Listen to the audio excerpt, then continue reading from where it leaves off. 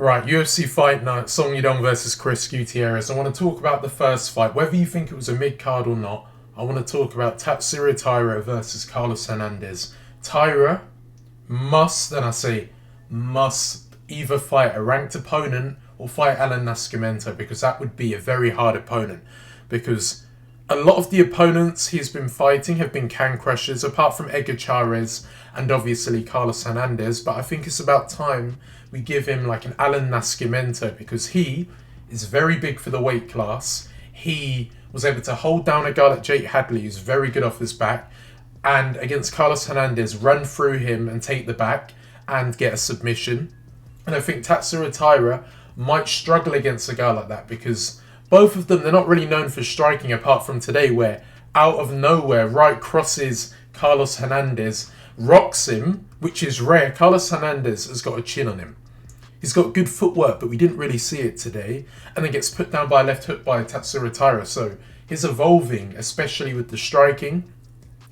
And the mistake that Carlos Hernandez made in this fight specifically was trying to engage in the grappling situations, where he tried to go for like a lateral drop, but when you go for it, you kind of want your chest to be closer to your opponent and have a tight underhook. He had a weak underhook and tried to throw him to the ground and go for the lateral drop.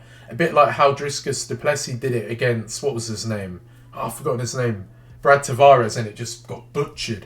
And he did that, and he was able to survive with Tatsuro Taira on top of him, but he wasn't able to get out of that position. And that's why I'm saying, if that's a guy like Alan Nascimento, if, let's just say, he dropped Taira, which I don't think he'd do, he would engage with the grappling because he's bigger and he's got a better jiu-jitsu base than Carlos Hernandez. And that's why I think that would be a very entertaining fight to watch. There'd be a lot of jiu-jitsu scrambles, or it might cancel out and they might end up striking. But I think that is the fight Tatsuro Taira needs, because Carlos Hernandez, yeah, he looked good before that fight, but he struggled against strong grapplers with jiu-jitsu. And I think Alan Nascimento would just be perfect. So yeah. Steve Garcia is another fighter who's gone under the radar. Let me tell you the people he's already beaten. Chase Hooper, now he's beaten Melquizael. Chepe Mariscal also beat Ronnie Lawrence. He's fought Ricky Turcios. Like, this guy has fought in bantamweight, featherweight and lightweight. And I think the next opponent we need to see him fight is a guy like Jamal Emmers. The reason I picked Jamal Emmers, a lanky guy who's very underrated as well with technical boxing, but can also carry power if you allow him to come forward and pressure you like he did in his last fight. Got put down because his opponent allowed him to pressure right in his face. He's beaten Corey Sandhagen, Jamal Emmers. I think this is the fight to make, because Steve Garcia never has a boring fight. He pressures forward. Jamal Emmers can go backwards, but because he'll be pressured a lot, I don't think he's going to shoot him for a lot of takedowns. I think he's actually going to try and stand there and trade with him, a bit like he did with Dennis Bersercher. But that didn't last so long. It lasted 49 seconds. But yeah, Steve Garcia, I think he's quite underrated, and I don't know why I did not pick him to win this fight. And yeah, I think Jamal Emmers, perfect fight. Right, Jun Park versus Muniz. I don't even think I have to say this, but you know that fight 100% was a robbery. We know the rules by now. It's not hard. If you're a grappler and you go out there, you don't do any damage, you're not even threatening any significant jiu-jitsu or rear naked choke attempts off the back, you're just holding him in the body triangle, and then your position gets reversed and you're getting ground and pounded. It doesn't matter if you've done 4 minutes of the control time. If there was no damage done, you can't win the round.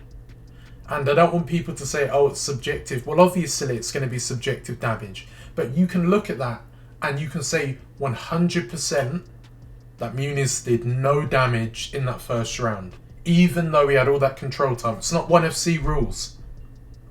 It's the UFC rules. So Jun Park should have won that fight, rounds 1 and round 3. Round 3, again, Muniz is going for takedowns, but what is he doing when he gets to takedowns? Hugging. Hugging doesn't win the fight. Gets reversed, and I'm thinking Muniz is just hanging on. Like, Jun Park isn't finishing him, but he is just ground and pounding him. Muniz isn't doing anything on the back. He's just eating these shots and trying to survive. Therefore, rounds 1 and 3. I just don't get how you can give him round 3 specifically. I don't think you can give him the fight at all, but how can you give him round 3? And round 2? Okay, yeah, that's good for Muniz, because Park got, like, drowned by the grappling to the point where no damage could have been done by Park. So if you have a scenario where no damage is done, but your opponent just holds you down and grapples you, yeah, it's boring, but you win the round because no damage was done by your opponent and you're holding him. So because you've got the control time, you're going to beat him at that point. So yeah. But in the other 2 rounds, I just don't see how you can give it for Muniz. And Muniz is going to be a gatekeeper. Park should have been given the win. And I actually want to see, even though he lost, a fight against Paul Craig. That would be a good fight to see because Paul Craig, he doesn't really like to shoot for takedowns. He's more of a guy who likes to grab you in, underhook you, or overhook you, and then pull guard. And I'd like to see how a guy like Park would deal with that compared to Muniz, who was shooting in over and over and over again. 11 takedowns. I don't think Paul Craig will go for that approach. And Paul Craig likes to throw a lot of kicks, and I can see him getting intercepted by Jun Park's cross and put down. So yeah, that's the fight I want to see. And for Muniz, he's probably going to have to fight like someone else. Maybe like not even a Chris Curtis because he's got a fight booked, but or maybe give him a fight against Abbas Magomedov. I wouldn't mind seeing that either. Tim Elliott versus Sumudaerji. That fight was just written in the stars. Sumudaerji gets submitted every time he fights when he comes up against a grappler. And his jiu-jitsu is pretty much zero, like Khabib said that one time. And I think a good fight for Tim Elliott to have now is against a guy like Bruno Silva. A guy who's on the way up, who just beat Tyson Nam by submitting him. And that would be a very hard matchup for Tim Elliott because he's got a very fast counter-striking style. And we know Tim Elliott likes to apply a lot of pressure against guys who he wants to take down. And I think he'd try and take down a guy like Silva because trying to strike with him on the feet would be very hard. Like, you look at the last 2 fights. Mohamed Makayev, Victor Altamirano, Tagir Ulanbekov, them guys, they're not strikers. He's fighting a lot of grapplers, and that's making his striking look even better than it is. And I know it's quite good, but it's very unorthodox, and it's like a type of striking where you can't predict what he's going to do. He'll come up with the most unique thing, whether it's rolling onto the floor like you're going to go for a roll and thunder to then come low to the body with a hook. That will not work against a guy like Bruno Silva. And if he touches you, he's got the power where he can shut you off. Like Tyson Nam has got a good chin. He's only been finished 3 times and they were outside of the UFC. So I think a fight of Bruno Silva and Tim Elliott would be a good fight to do because I think Bruno Silva should fight a ranked guy now. Like, it's about time, and I think that's the fight to make, and I think Bruno Silva has got a good chance of winning that. Right, Anthony Smith versus Khalil Rountree. Yes, I know Jamie Mullarkey got knocked out, but that was inevitable at one point. So, Khalil Rountree.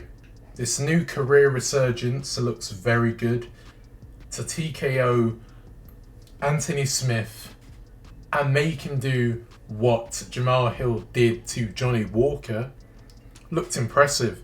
But that being said, I still think Khalil Rountree is overrated, and he did the right thing by calling out Alex Pereira, because although we all know he's not going to get Alex Pereira, that's going to make a guy higher ranked now start talking about him and then give him a chance of fighting a guy higher up. So I think, although it won't be Alex Pereira, he might even get a fight with Jan Blachowicz. I know he's injured, but Rakic is probably going to fight Yuri, so when Jan Blachowicz is back, why don't we do Khalil Rountree against him? I think that would be a very good fight to do because Anthony Smith is on the decline.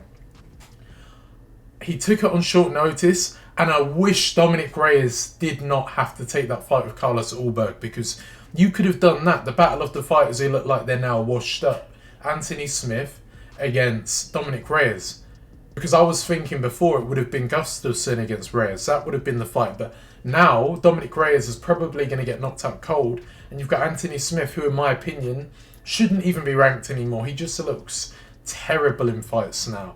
He didn't quit in this fight, but he looks like his durability is completely gone. Like, although Khalil Rountree didn't knock him out early, he was coming out forward, using that like Muay Thai to prevent Khalil Rountree chopping up that lead leg, which would make it harder for him to pressure. But by doing that, when he was throwing straight punches and not throwing like a bent arm cross or something, he lifts up his chin high up in the air. And when he did that, he was getting countered by Khalil Rountree with them hooks and overhands. And then the uppercut. And then the left overhand that put him down. And when you're getting rocked every round, it doesn't look good. And I think he's taking way too much damage. Like, the eyes started to swell up a little bit, you know, like from the Ryan Spann fight.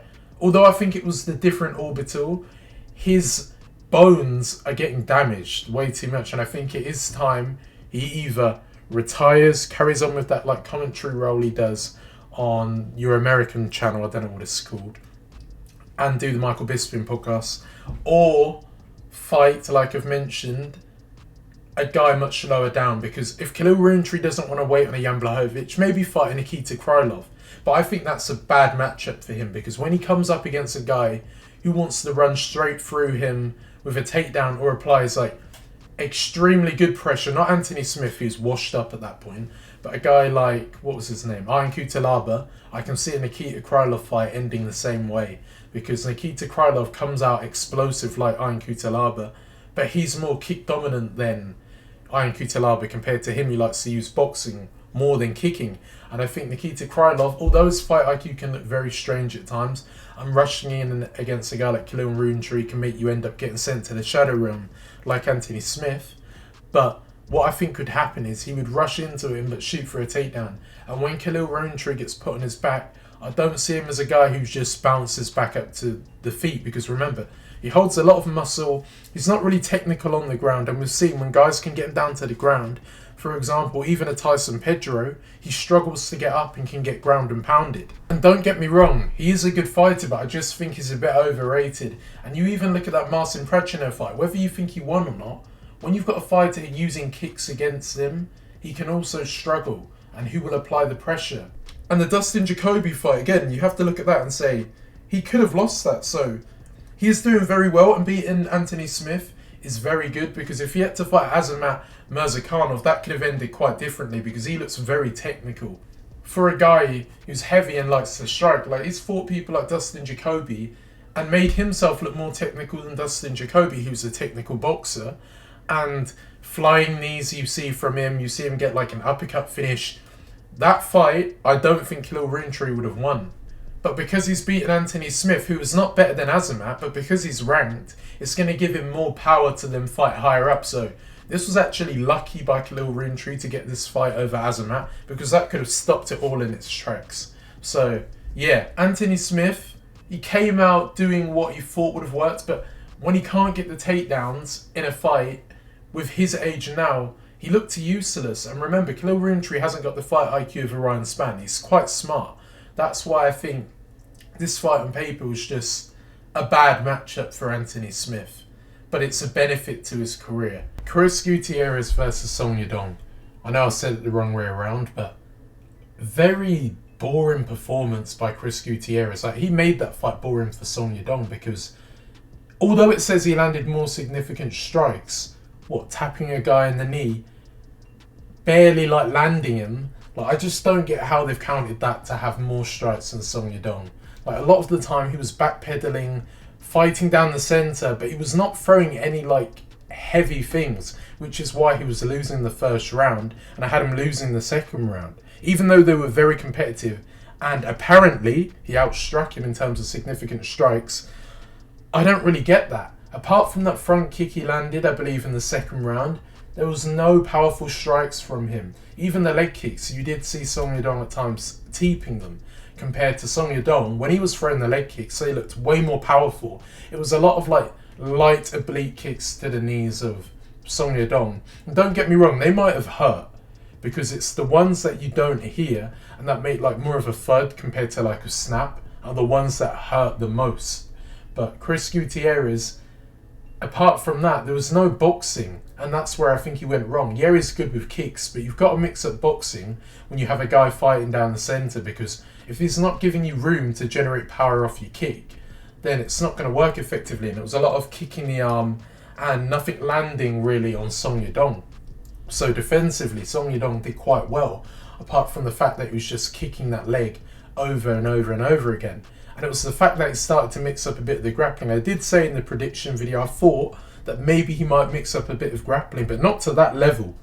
Like, that level of grappling was very good. We saw a bit of it against Corey Sandhagen, and I think this guy has got potential to be future bantamweight champion, and I think he's going to have to fight Piotr Jan next. I know last week I said give him Figueiredo, but realistically, you've got to do Petr Yan. Petr Yan needs a fight. This is the fight to make, and it will be a very competitive fight because Song Yadong likes to pressure a lot. Yan likes to pressure a lot. Yan don't make any backward steps. So this could end up with a knockout or being like a very competitive decision, a bit like the fight with Corey Sandhagen. Although that was clear cut for Petr Yan, but I think they're going to fight through the centre, and I'm not going to give a prediction on that fight yet. But what I will say is Chris Gutierrez quit in that fight. He must have quit. Like in the 5th round, you know you've got to get a knockout. The last thing you do when you need a knockout is jump and go for an Imanari roll when you've had one submission in your career. And it was a basic submission, and you're not known for fighting off your back. Like on his back, it was like he was just trying to survive. He wasn't even like pushing onto the hips of Song Yadong to create space and then try and get his legs around the head for a triangle choke. The only time when he did it is when he was cheating. And Herb Dean, what does he do? He tells him not to do the foul, but he doesn't even take away a point. He's known for doing that where, like, look at the Conor McGregor fight. The amount of times he cheated and Herb Dean doesn't even take away a point and just says, don't do it, don't do it, don't do it. But doesn't do anything about it. What's the point? I know I'm going a bit off topic, but that's what Chris Gutierrez did, and it was like, you're holding on to the back of the head. You're not trying to win. You're just trying to survive and lose and take your money without taking that much damage. And that was it, really. And Song Yadong's combinations were so good in that fight. When he had him up against the corner and he'd like start off with like a hook, followed up by a cross, then another hook. They were so fast, it was hard to read what punches they were. That was how quick Song Yadong was throwing these punches. And Chris Gutierrez, like how the hell did he even get given this fight? Okay, he beat Alatangheli. Okay? He's not ranked. He lost the fight with Pedro Muniz. How is he main eventing already? Like, no. Just should not be happening. And now he's going to have to go back to fighting Can Crushers. And okay, he beat Frankie Edgar by a knee, which he was fainting the whole fight. Frankie Edgar was finished at that point. So, yeah, Song Yadong, it's just a stat pad win on his record, another name to it, which was inevitable again. But Chris Gutierrez is going to have to fight someone. I wouldn't be surprised if they're not even ranked. Like, maybe even a Figueiredo, but nah, I wouldn't want to see that because that would be another domination by Figueiredo. If he is grappling like that against Rob Font, I can guarantee you it will be the same way against Figueiredo. But he might find a submission because of how good his jiu-jitsu can be. But yeah, that's it. Poor performance by Chris Gutierrez. Clear-cut victory for Song Yadong. Thank you for watching. Talk to you soon.